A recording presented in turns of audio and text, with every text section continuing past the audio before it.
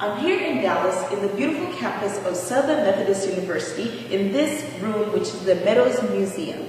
In this episode, I'm covering the Horn of Africa's Peace and Development Conference, where ambassadors and scholars met and discussed about conflicts and resolutions happening in the Horn of Africa. The Horn of Africa Peace and Development Center, whose mission is to initiate and facilitate informed decision, research, and studies on all vital issues in Africa, has relevance to the organization's vision. These scholars met in November to bring awareness that included economic, trade, social, political, and environmental issues facing the Horn.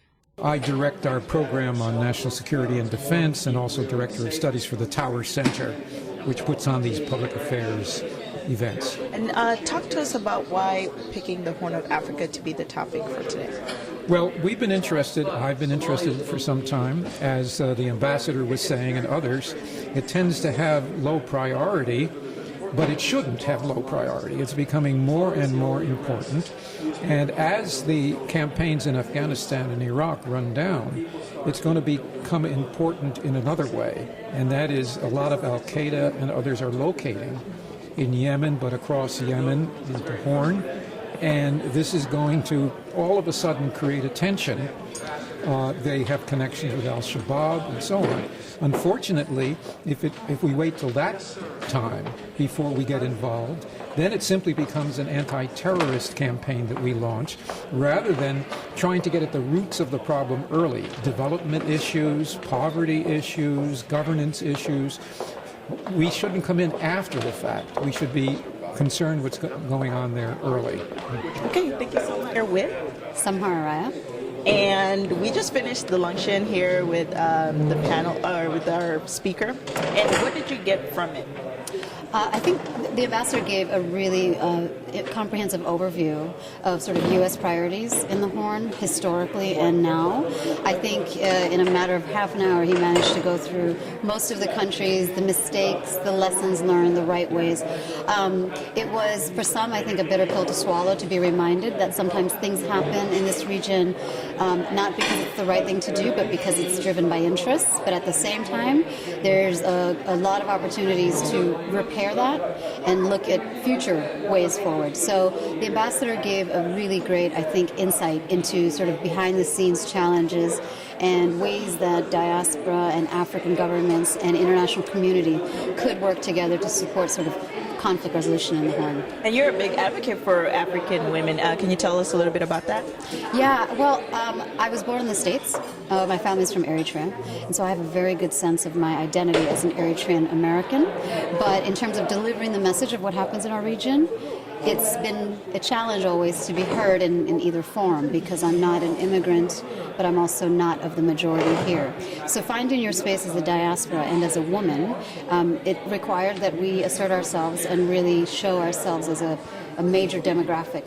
And so I started this group, Diaspora African Women's Network, and it's really just a glimpse into sort of the number of women of different African descents, broader African diaspora, African American, multiracial, born in the States, coming from the continent, all of whom have expertise on Africa.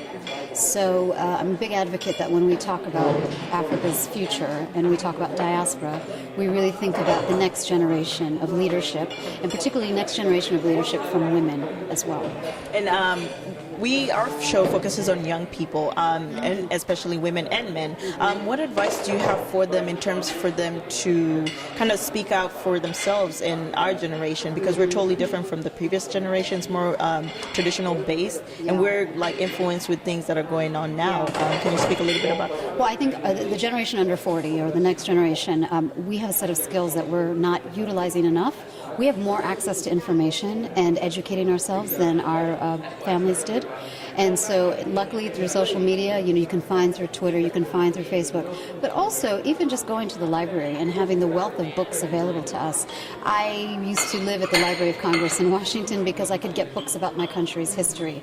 And the young generation, the next generation diaspora, are more willing to listen to each other. So I can speak to an Ethiopian about Eritrea's right to independence, and they can explain to me why they don't understand that, and we reach a point of agreement where my perspective is respected. Our narratives are richer, and the younger people who are 1 degree removed might be able to share the narrative in a much more positive way. Tibor Naj, former U.S. ambassador. And tell us the goal of this conference. It's to discuss ways to get out of the conflict in the Horn of Africa, one of the most conflicted areas of the world, and beyond just the academic discussions. These folks are going to be trying out-of-the-box solutions for real problem solvers instead of just papers. And my show focuses on the young people. Tell us a little bit about what you observed when you were there. When I was in the region, I loved it. I mean, I always say that part of Africa is really the only part of Africa which consists of countries which are a product of history and geography instead of colonials standing around a map and drawing lines that they had no idea what they referred to. So it's just a phenomenal part of the world. Okay, tell us about your aha moment. I remember you talked about that in your speech. Oh yeah, my aha moment. I had lived in Africa a long time, but when 9/11 happened, I received instructions from Washington to thank the Prime Minister of Ethiopia for their help. And I went in and I said, Mr. Prime Minister, the President would like to personally thank you for Ethiopia joining the U.S. in the war against terrorism. And he looked at me and said, I'll tell you this because you're a friend. But you Americans, you only think that something is real when it happens to you. The truth is that we have been suffering from terrorism for decades. So we looked at it as you joining us in the fight against terrorism, not us joining you. So that was definitely an aha moment.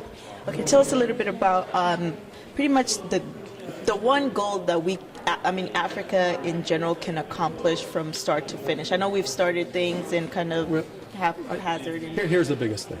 You say the word Africa, most Americans think it's the place where bad news comes from. It's where bad things happen.